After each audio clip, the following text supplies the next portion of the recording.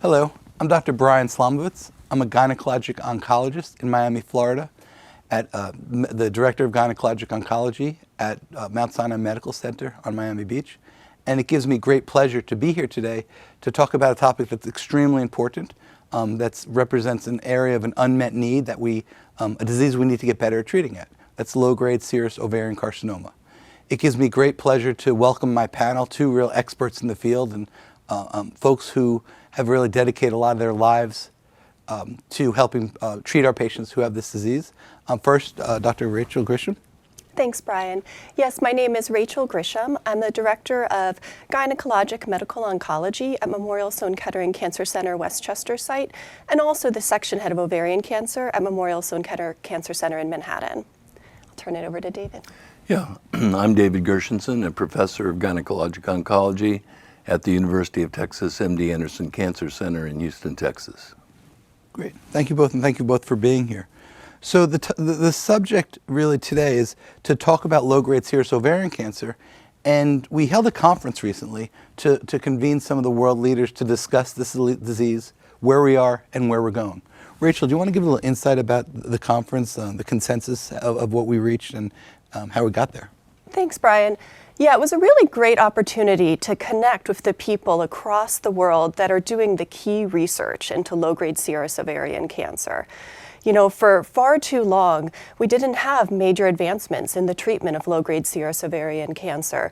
But over just the past few years, there have been major changes in our understanding of the disease, not only the molecular profile, but how to potentially better harness treatments for this disease. And so we wanted to make sure that we were all on the same page about how to best diagnose and treat low-grade serous ovarian cancer, and what the most exciting paths forward were for research and development. With this conference, we had the opportunity to discuss our individual research focuses and ways in which we could unite to try to bring better outcomes for our patients. It's so important with these rare diseases to make sure that we're getting the word out about recent developments so that everybody can stay up to date on how to treat this cancer. Yeah, no, that's great. It sounds like an initiative that people have been studying, but we really need to make more and more people aware of it, and so we can work as a medical community to better treat our patients. Dr. Gershenson, you've been treating this disease, as I mentioned, for a long time. Can you tell us a little bit about what the consensus means to you of, you know, you were an island studying this disease, and now we're making more of a global effort? Well, I think that just has translated into more therapies for patients, better therapies over the last few years, and as more investigators and physicians have become interested in this rare cancer, I think we've made a lot of advances both in the understanding the molecular biology of the disease as well as treatment. And just to go on a little bit, can you tell me maybe the 3 or 4 most important things you were looking for out of the conference? I know we discussed some of the pathology and some of the molecular biology of the disease, but what would you really want to get out of it? You know, before the conference, we developed a series of questions to to try to figure out the consensus around a number of different topics. And those range from the pathology of the disease to the molecular biology to whether we should be testing patients in terms of genetic testing, molecular testing, and also what were the most important treatment options for patients. Great. No, I think, and you know, that goal, starting with the earliest diagnosis all the way down to treatment options, is something we really want to focus on. Let's start off with pathology. Now, in my practice, I don't have the great pleasure of working at an MD Anderson or Sloan Kettering, where I know you have worldwide experts, worldwide pathologists who really focus on this. Not because you see a lot of these, you diagnose a lot, but you're also a second and third opinion center for this. Rachel, can you talk a little bit about, at your site, the importance of pathology, some of the things you look for, and roughly how often do you really change what's going on to help direct the care for your patients? Thanks, Brian. Yes, you know, I see a lot of second opinions for low-grade serous ovarian cancer, and it remains a difficult situation when somebody has mixed serous borderline and low-grade serous ovarian cancer to try to determine oftentimes whether somebody truly has invasive carcinoma. In those really challenging cases, a second opinion on pathology review can be incredibly important because it makes a huge difference in somebody's future treatments, whether they have serous borderline, low-grade serous, or high-grade serous, or some other type of ovarian cancer. We don't treat these all the same. We treat them completely differently. Right. And we really need to know from the outset what type of cancer somebody has. And I think it cannot be emphasized enough that making that correct diagnosis up front is incredibly important for patients' future treatment and outcomes. And so it was interesting for a part of the conference that we thought would be relatively short, discussing the pathology, turned into a really in-depth conversation with our pathologist and arguing some points like can low-grade serous ovarian cancer develop from the fallopian tube like high-grade serous ovarian cancer commonly does. And so we go into this quite a bit in the paper, some of the opinions that were voiced, but also we include the key concepts that are instrumental for diagnosis of low-grade serous ovarian cancer, including p53 staining and looking at mitotic index, and ways that one can help better determine whether somebody has serous borderline or low-grade serous ovarian cancer.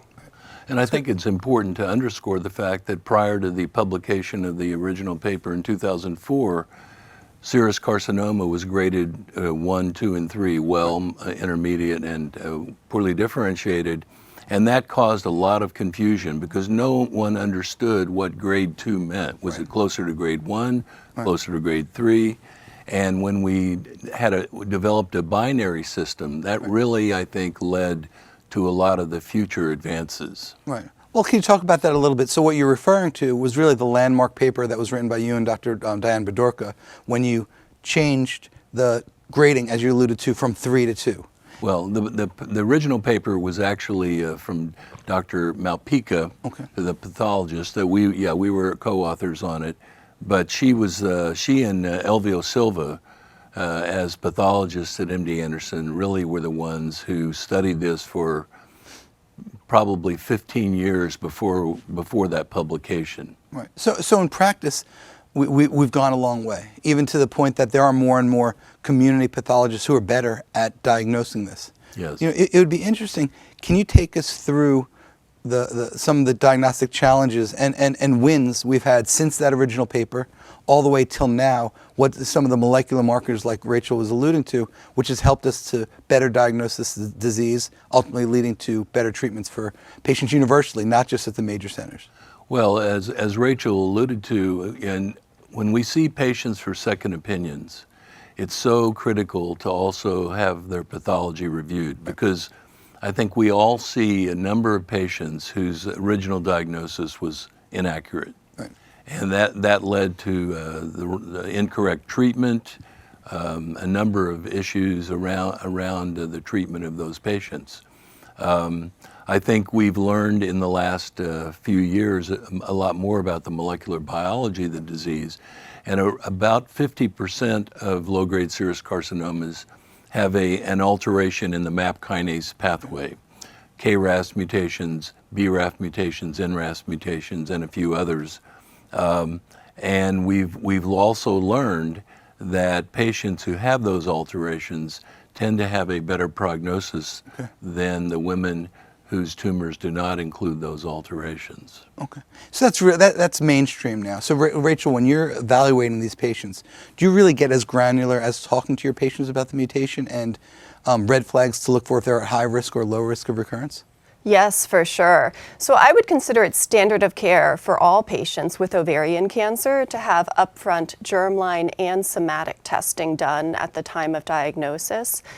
This is billable to look for to look for BRCA mutation, but the somatic testing can also identify if the patient has one of these MAP kinase alterations. Of course, the most common MAP kinase alteration found in low-grade serous ovarian cancer is KRAS mutation, found in about 33% of our patients. other alterations such as NRAS, NF1, V600E BRAF mutation are also found in this disease. This gives us important prognostic information and also can affect patients' future clinical trial eligibility. As we know, it takes a little while to get the results of this testing, and so I do encourage people to do this testing up front at the time of initial diagnosis. And a lot of our patients are so well informed and they really advocate for themselves, and so they know that oftentimes coming to me that they should have this testing done. Right. And so I think that that's been a huge paradigm shift with the use of early molecular testing. Right. Dr. Gershenson, I wanted, before we get more clinical and dive into some of the treatment, things like that, this was a global conference. We had folks from all over around the world. We know that your team at MD Anderson is really leading a lot of the translational studies. Can you tell a little bit about that, but more globally, how we're uniting as a community to come up with some of the translational answers, which in turn lead to changes in our standard of care? Yes. Well, I think one of the issues in medicine in general is unhealthy competition between investigators, between groups of investigators. And a few years ago, the family of a patient has donated funds to create an international consortium called the International Consortium for Low-Grade Serous Ovarian Cancer to gather together international experts in the disease to work together rather than in competition to develop both clinical trials and also to conduct preclinical studies in low-grade serous cancer. Great. So it sounds like there's, to your point, we're really coming together as a community. Obviously, we've learned, even from COVID, that we can get together virtually and have face-to-face meetings, any time of the day, really, and we don't have to focus as much as getting together. And it seems like that probably, with the consortium you're describing, has really helped out to come up with some answers for the questions we have. Right, and it's an important point because we have members of this consortium in New Zealand, in Australia, as well as in Europe, and of course in North America. So, the best way to get together on a regular basis is through Zoom. Right. Yeah, no, that's so exciting. It's really a way for us to best get the right answers out as opposed to these individual hypotheses. Let's talk a little bit more clinically on some of the things we're looking for. Rachel, can you touch base a little bit on some of the risk factors, some of the epidemiology? And I also want, I think it's important for our audience to understand, while borderline tumors do have a good prognosis, how many of these patients do you really see? And when you see them, then when they recur as low grade, are there any differences in the management and things like that? But, well, we do have a lot of patients that we're treating with borderline tumors, and this is what we're looking for. So can you touch base a little bit? Yeah, well, I think something that's really important is that when somebody is diagnosed with a borderline tumor, of course, we don't treat that with systemic therapy. We treat that with surgery alone. It's not treated with chemotherapy.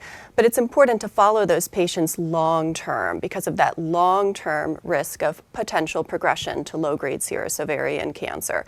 And so we don't discharge these patients after diagnosing them with borderline tumor. We continue to follow them sometimes for 10 or 20 years or sometimes longer because of that risk of potential progression in the future. When we look at low-grade serous ovarian cancer, oftentimes we think of that younger patient that has more indolent disease, but I think there's oftentimes different types of low-grade serous ovarian cancer. We know there's a binomial age distribution. There's those patients that are diagnosed in their 20s or 30s, and then there's another group of patients that are diagnosed more at the age that's typical for ovarian cancer in their 60s or 70s.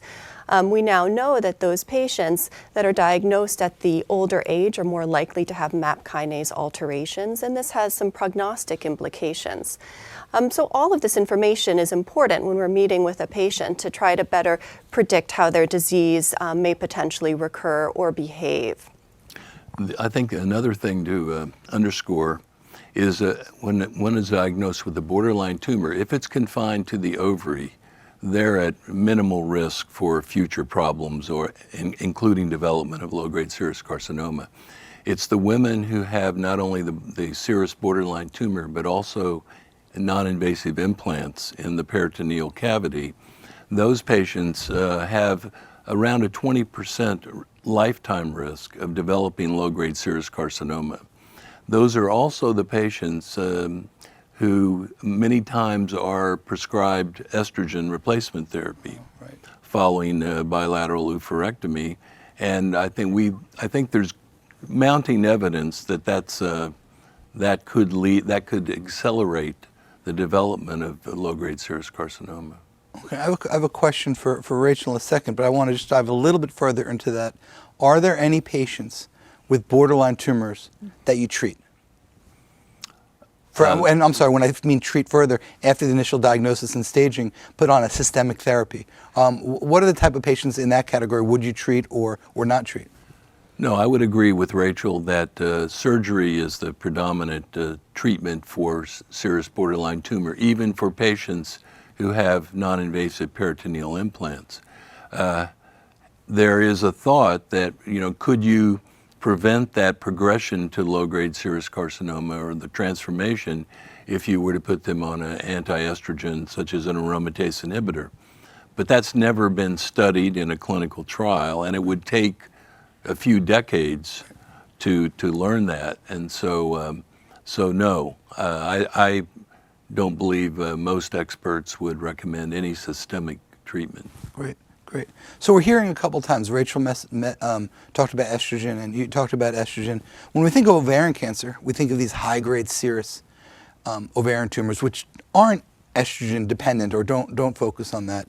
And then also we hear a lot about how low-grade ovarian cancer, believe it or not, behaves more like a breast cancer with their estrogen, with the treatment options and things like that. Rachel, can you talk a little bit about some of the similarities we see between low-grade ovarian cancers and hormone receptor positive breast cancers? Sure. Yeah, so generally, obviously we don't use aromatase inhibitors much for high-grade serous ovarian cancer anymore. In low-grade serous ovarian cancer, the vast majority of tumors are estrogen receptor positive, generally more than 90%, and about 60 to 65% are progesterone receptor positive. Historically, we have used single-agent endocrine therapy, such as aromatase inhibitors, for treatment of this disease. And based on Dr. Gershenson's pivotal retrospective study looking at patients with newly diagnosed low-grade serous ovarian cancer who, following their upfront surgery and chemotherapy, were placed on endocrine therapy versus observation, and showed a substantial difference in progression-free survival for those patients that received the endocrine therapy in the maintenance setting. These patients that have newly diagnosed low-grade serous ovarian cancer generally are treated with maintenance endocrine therapy in the frontline setting, as well as in the recurrent setting. However, response rates to single-agent endocrine therapy remain limited, generally 14% or less.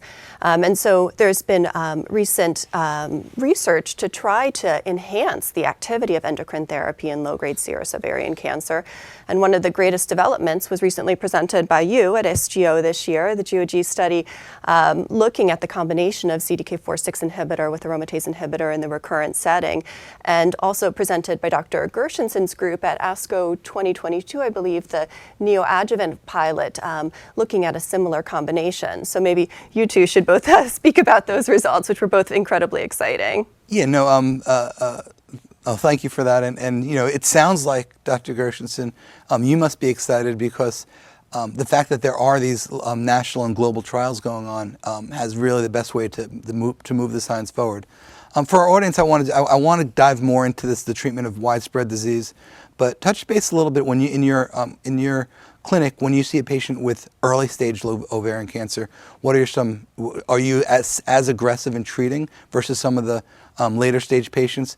And off of protocol, what is the best way that we treat now and predict the future a little bit about how we're going to treat some of these advanced stage patients when they first diagnose first line? So for newly diagnosed patients if they really have stage 1 disease and they've undergone reasonable surgical staging, the recommendation through the NCCN guidelines is that no further therapy would be recommended if it's stage 1A. Now that's based on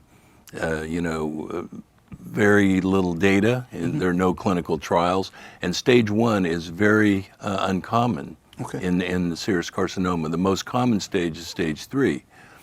Based on the two retrospective studies, one that you mentioned from MD Anderson and the other from Johns Hopkins, for patients who have stage 2, 3, and 4 disease, there's an ongoing clinical trial, GY019, which randomizes women who've undergone primary cytoreductive surgery to either paclitaxel carboplatin chemotherapy followed by letrozole maintenance therapy versus letrozole monotherapy. That trial is will be based on 450 women, wow. and approximately half of those women have already been accrued. And there's actually an interim analysis ongoing right now to determine whether that trial should continue. Okay. But that's to me, that's a very exciting trial that I hope will determine the best primary treatment for women with advanced disease. Okay, interesting. Quick, I know we do have a lot of surgeons in our audience, and we are still a surgical field. Lymph nodes. Do you remove lymph nodes in these patients if you're in the operating room with a frozen section of low grade? I think there is no absolute consensus. I think some surgeons, gynecologic oncologists, will only remove lymph nodes that are enlarged. Okay. Others will do a full lymphadenectomy, pelvic and periortic. So I think the practice really varies quite a bit. Okay. Okay. Rachel, so it sounds like these, particularly in the NCI-sponsored trial and some of these other studies that are going on, we're making great strides. However, today, if you see a patient diagnosed with stage 3 disease, let's say microscopic residual disease, for our audience, off of a protocol, how are you going to treat those patients? And we want to predict the future, but right now, today, what would you do to treat those patients? Well, as David said, there's not one established standard of care here, and so that's why the ongoing phase 3 randomized study is so important to answer this question. So I do offer that study to all of my patients. But historically, our standard of care at Sloan Kettering for these patients following their debulking surgery is adjuvant chemotherapy followed by endocrine maintenance therapy. But that is our bias. We don't know that that's the optimal treatment, and so that's why the results of this ongoing phase 3 study are so incredibly important. Right. One of the things to also mention is, we'd have this great ongoing clinical trial. Some patients are just not going to be interested in a randomized clinical trial because they don't like the loss of control, either by themselves or by their physicians in terms of which treatment they receive. And so they make a personal decision to have treatment off protocol. And I find that in my practice, about 50% of the women will choose chemotherapy followed by an aromatase inhibitor, and the other 50% will just go straight to an aromatase inhibitor. Interesting. So it's interesting how they make those personal decisions. And is that the same when there's no measurable disease, which is really a prognostic for recurrence? So surgically, we're going after them and trying to get as much as possible, getting rid of the disease. But is that approach the same if there's no measurable disease? Or what if there's a large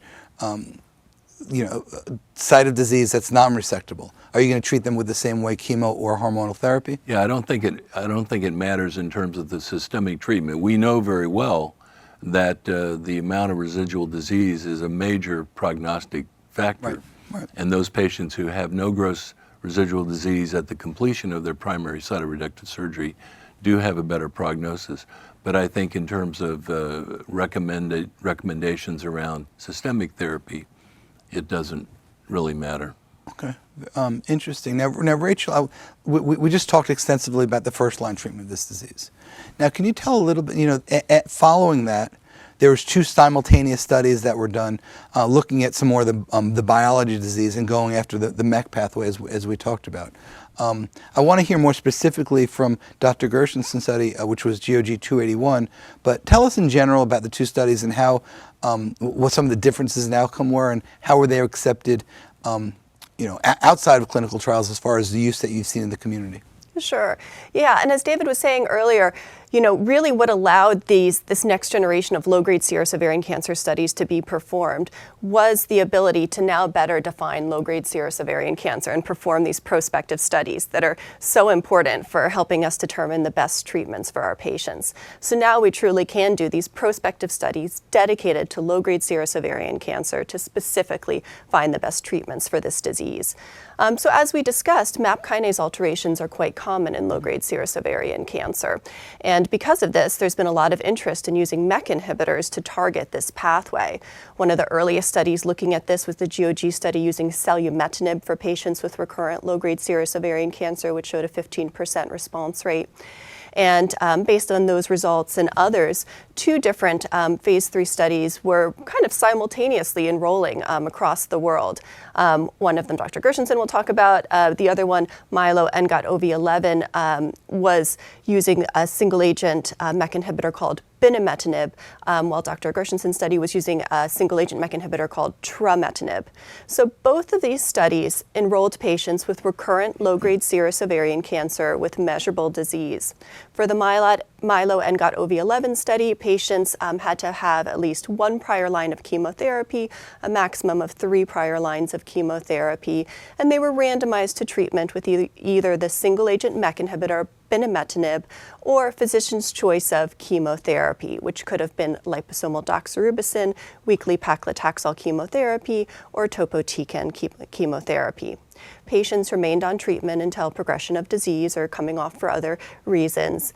Now that study started enrolling in 2013, and then in 2016 underwent a pre-planned analysis that did show that it had crossed the PFS boundary for futility, and therefore the study was halted. However, at that time, the study had already almost completed enrollment with over 300 patients enrolled to the study. And as there were no safety concerns, patients who were on the study were allowed to remain on treatment. Now that primary analysis performed at that time had shown the response rate to chemotherapy was 13% and the response rate to the binimetinib was 16%. Patients were allowed to continue on study, and a later analysis using investigator assessment of RECIST reads actually showed that over time the response rate increased in both arms to about 24%. And so it's really interesting that it can take a while for these responses to happen when patients are treated with low-grade serous ovarian cancer, but did show that binimetinib does lead to substantial responses in patients with low-grade serous ovarian cancer. That study led to binimetinib being compendium listed, NCCN compendium listed, to be for treatment of patients with recurrent low-grade serous ovarian cancer. Dr. Gershenson will talk about his study as well, which is a very pivotal study for the use of MEK inhibitors in low-grade serous. So that's interesting. A negative trial even led to an NCCN listing. Well, because it showed really good, for a disease with limited options, it showed a really nice response rate to the use of single-agent MEK inhibitors. Dr. Gershenson, 281, it was a landmark paper. Please describe that in a couple minutes. Yeah, GOG 281, as Rachel mentioned, studied trametinib rather than binimetinib. And there were 260 patients accrued in that study. And we did find that there was a difference, a significant difference in progression-free survival, median progression-free survival of 13 months for the experimental arm with trametinib versus 7 months, 7.2 months in the control arm. The control arm included the same 3 chemotherapy agents as the MILO study, but in addition included letrozole and tamoxifen. It's important to point out that the GOG 281 study included patients that were probably more heavily pretreated with various lines of therapy, and so I think in the MILO study, it's possible that the control group actually overperformed, and that may have led to this lack of a difference in progression-free survival. But as Rachel mentioned, the response rate in MILO was 24%. In our study, it was 26%. So very good response rates with both of the drugs. And so I think both studies are very important, and we've learned a lot from those. Right, that's great. And this is the theme of the global effort. These weren't one-site studies, global effort to change the standard of care. Now, Rachel, you mentioned earlier the study of CDK4/6 inhibitors in this disease. With Dr. Gershen's mentorship, I had the great pleasure of doing GOG 3026, which was looking at a CDK4/6 inhibitor plus letrozole for the management of this disease. And as we continued to progress in the science, we really found quite a remarkable response rate. And the interesting that you mentioned too, given the indolent course of this disease and really the indolent response, patients who are stable for a long time, we found that the time to response was 8 months. So it's not, sometimes we look at stable disease as not the optimal, but really we're finding if we keep these patients who are stable disease, we follow them, we're getting some responders. Dr. Gershen, can you talk a little bit, the results are out there, but the impact of those results, and then some of the work that you're doing actually using that same class of medications, what was done in the neoadjuvant setting. And then we're going to move to the most recent data, which is really one of the reasons we're here. Yeah, so we did conduct a pilot study in the neoadjuvant setting because we see many patients with this disease, and a number of them present with very extensive disease that is not thought to be resectable at the time of diagnosis. We had conducted studies with chemotherapy, retrospective studies, and learned that the response rates to cytotoxic chemotherapy were low, in the range of 10 or 11%. Other groups have found the response rates with the primary chemotherapy as high as maybe 23%, but nevertheless, it's not great in terms of reducing the amount of disease that can then make the patient a candidate for surgery. And so we decided to conduct this neoadjuvant study with fulvestrant, which is an injectable anti-estrogen, in combination with the abemaciclib, which is one of the CDK4/6 inhibitors, and had we observed a remarkable response rate in the range of 60%. And so we are in the process of trying to take those results into a larger study. And of course, that also led to your study in the recurrent setting with the same kind of treatment, and that also has shown very promising results. Great. So soon, Rachel, we're going to talk about the latest data and the steps moving forward, which you're going to be our global lead on. But before, Dr. Gershen, you mentioned the hormone choice. Fulvestrant was used in your study. One of the good problems that you mentioned earlier about your maintenance with letrozole therapy in these patients is that we're using up the letrozole. Can you describe a little bit when you're choosing hormones? In a patient that you've used letrozole, would you repeat the letrozole and aromatase inhibitor, or are you going to go to other classes of hormones? Because I think in the community outside the major centers, that's a main question for us. I think if a patient develops disease progression on a specific hormonal therapy, endocrine therapy, such as letrozole, we tend not to retreat them again. Now, if they've received letrozole for breast cancer, or they've received it and they've not developed disease progression, yes, we may retreat them. The other thing that I think it's important to point out, and I'd be interested in Rachel's opinion, if they've already progressed on one aromatase inhibitor, is there any wisdom in giving them a different aromatase inhibitor? Our breast cancer experts at MD Anderson feel that the answer is no, that they're really not going to do any better. I think there may be exceptions to that rule, but in those cases, we tend to then go to a different anti-estrogen. Fulvestrant is one that we use. Tamoxifen is another. Depolupron is not exactly an anti-estrogen, but it is also an endocrine agent that can be used. Rachel, before moving forward to a major part, Dr. Gershen raises the question, how about in your practice and in your center? Will you change the anti-estrogen, or are we going to keep forward with the aromatase inhibitor? I agree. If someone has progressed on an aromatase inhibitor and they have measurable disease, I don't expect them to have a substantial decrease in disease on an aromatase inhibitor again. The situation where I might consider it is if, let's say, they've undergone a secondary debulking after having slowly progressed on an aromatase inhibitor in the past. We might consider to do it in the maintenance setting. happening again. But honestly, historically, the reason patients oftentimes have received multiple lines of aromatase inhibitors is because we didn't have other options for treatment, right? So just in the past few years, we've increased our number of options with binimetinib and trametinib being compendium listed, and now these exciting clinical trial results that will hopefully lead to further advances in our use of endocrine therapy for low-grade serous ovarian cancer, and now hopefully also the next generation of targeted therapies that we're trying to bring to low-grade serous ovarian cancer. That's great. And it's still a teaser to get to some of your work, but Dr. Gershenson, you're helping to co-lead a study called the Bouquet trial. And I know one component of that trial is to look at low-grade serous ovarian cancers. Can you touch base on the arm of that trial that you're leading and how it's going to evaluate low grades? The Bouquet trial is a biomarker-driven trial where patients who are platinum resistant and have had 4 or fewer lines of therapy may be eligible for this trial. It's multiple arms, and one of the arms is a drug called giredestrant, which is a second-generation degrader. So in the same kind of family as fulvestrant, combined with a CDK4/6 inhibitor.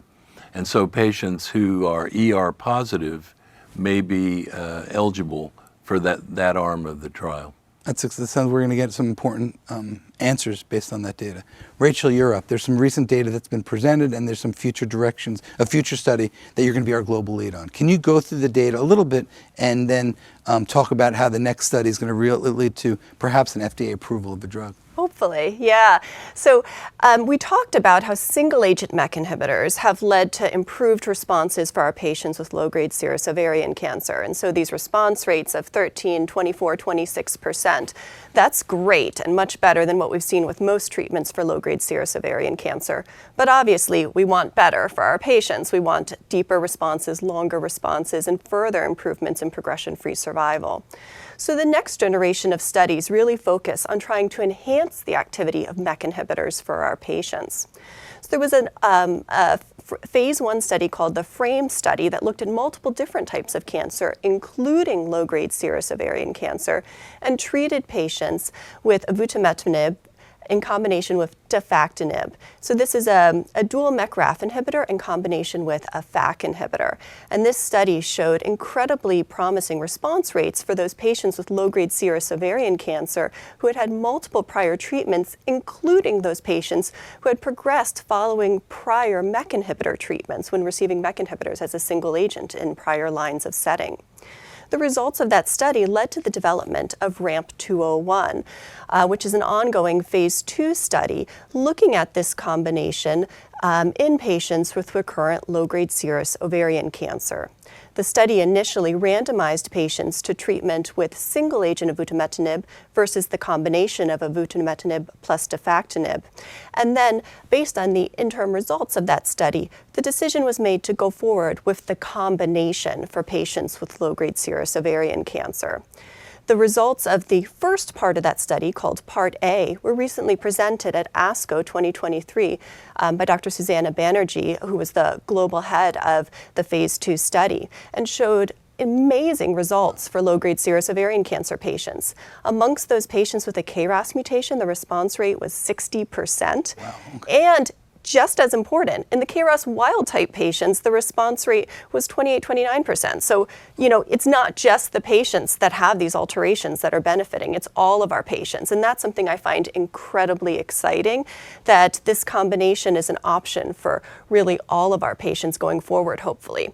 And so based on the results of the interim results of this study, the randomized phase 3 study is now in development, RAMP 301, which will hopefully be opening later this year. And that study will randomize patients with recurrent disease to either treatment with this combination versus physician's choice of therapy, chemotherapy or endocrine therapy.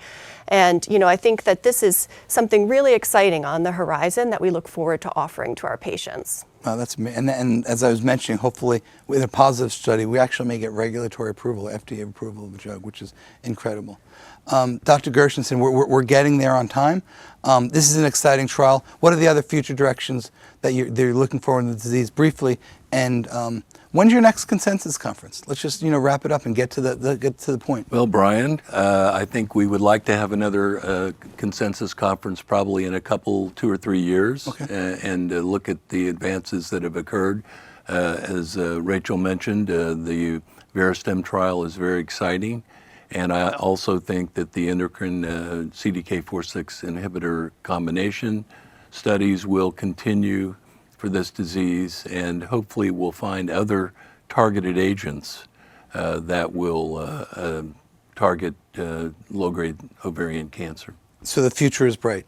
Yes. Rachel, final words. What are some of your thoughts and anything else that you're looking at, and how excited are we for your results?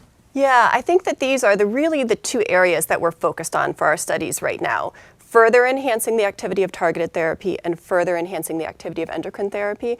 And I really do hope by that next consensus conference we have some FDA approvals to report on.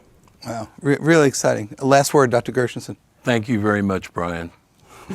Well, thank you very much for both being here. This is really exciting. A lot of great conversation, probably more than we're expecting. Logorrhea. Well, we'll have to define that later. But thank you for both being here. And again, it sounds like we're having a lot of fun in treating a disease. So thank you very much, and have a good day, everyone.